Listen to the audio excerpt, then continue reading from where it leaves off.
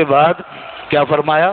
آج کی آیتوں میں یہ بھی بتا دیا کہ دیکھو خالق تو میں ہوں نا، پیدا میں نے کیا، اللہ ایک ہی ہے، معبود ایک ہی ہے، اور میں نے جب پیدا کیا اور میں نے تمہیں اپنا فیض دینا چاہا تو اس کے لیے میں نے اپنی حکمت کے تحت تمہارے اور اپنے درمیان ایک واسطہ پیدا کیا، ایک واسطہ بھی بنایا، اور وہ واسطہ کون ہے؟ وہ اس کے حبیب محبوب مکرم رحمت دو عالم صلی اللہ علیہ وآلہ وسلم۔ فرمایا وما ارسلناک الا رحمۃ للعالمین، اے محبوب ہم نے نہیں بھیجا آپ کو مگر سارے جہانوں کے لیے رحمت بنا کر۔ تو سارے جہانوں کی رحمت بن کے حضور آئے۔ سارے جہانوں کی رحمت کا مطلب کیا ہے؟ میں نہیں کہتا، علامہ آلوسی سے سن لیجئے۔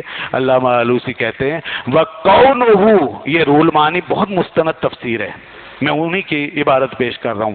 وَقَوْنُهُ صلی اللہ علیہ وآلہ وسلم رحمتاً للجمیع باعتبار انہو صلی اللہ علیہ وآلہ وسلم واسطۃ للفیض الالہی علی الممکنات علی حسب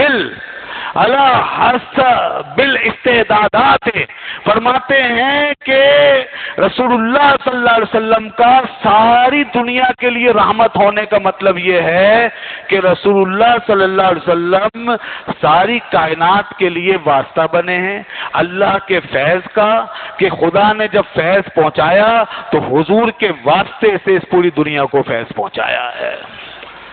یہ علامہ آلوسی کہہ رہے ہیں وَمَا أَرْسَلْنَاكَ إِلَّا رَحْمَةً لِّلْعَالَمِينَ کا مطلب بتاتے ہوئے کہ اللہ نے اپنا فیض حضور کی رحمت کے طفیل ہم تک پہنچایا، حضور کو پیدا کیا، پھر حضور کے کو واسطہ بنا کے پھر کائنات کو فیض پہنچایا۔ جیسے روشنی پہنچائی تو سورج کو واسطہ بنا دیا، رزق پہنچایا تو بارش کو واسطہ بنا دیا، ہمیں آپ کو پیدا کیا تو ماں باپ کو واسطہ بنا دیا، ہر جگہ واسطوں سے ہی تو وہ اپنا فیض منتقل فرماتا ہے۔ اسی طرح جب کائنات کو بنایا تو رسول پاک کو واسطہ بنا دیا، حضور واسطہ بن گئے۔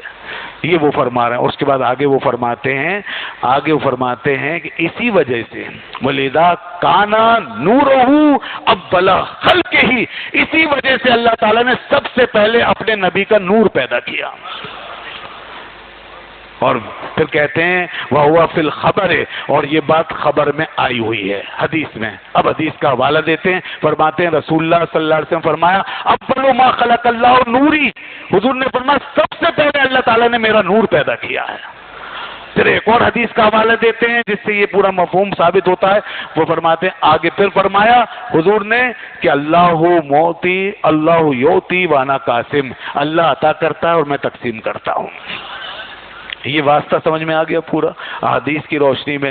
یہ علامہ آلوسی نے یہ بات بیان کی ہے، اور وما ارسلناک الا رحمۃ للعالمین سے ہمیں یہ مفہوم حاصل ہوتا ہے کہ اللہ تعالیٰ نے آپ کو ساری کائنات کے لیے رحمت بنایا ہے۔ تو غور کیجئے نا، اگر یہ بات نہ مانے تو کائنات تو ہزاروں سال لاکھوں سال پہلے سے بن گئی تھی، اب حضور اس کے لیے رحمت کیسے ہوں گے؟ کیونکہ حضور کی ولادت تو آخر میں ہوئی ہے، آخر میں ہوئی ہے۔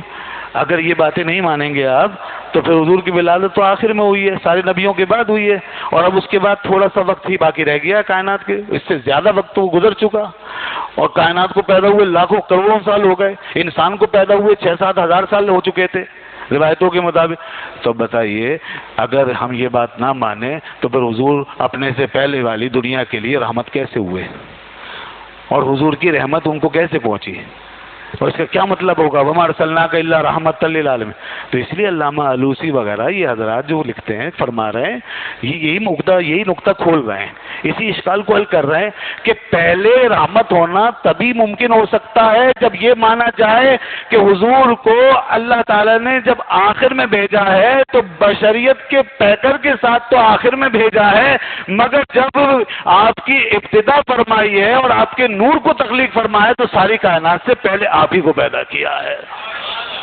بشریت کا پیکر آپ کو آخر میں بنا کر بھیجا، مگر آپ کی ابتدا جب ہوئی ہے اور آپ کے نور سے جب آغاز فرمایا تو سب سے پہلے اللہ تعالیٰ نے آپ ہی کے نور کو پیدا کیا ہے، اور ساری کائنات کو اس کے بعد میں پیدا کیا ہے۔ جب آپ کا نور پیدا ہوا اس کے فیضان سے پھر اللہ نے ساری کائنات کو اپنا فیض پہنچایا، اور یوں کائنات کے لیے واسطہ بنے رسول پاک صلی اللہ علیہ وسلم، اور رحمت بن گئے سارے عالموں کے لیے۔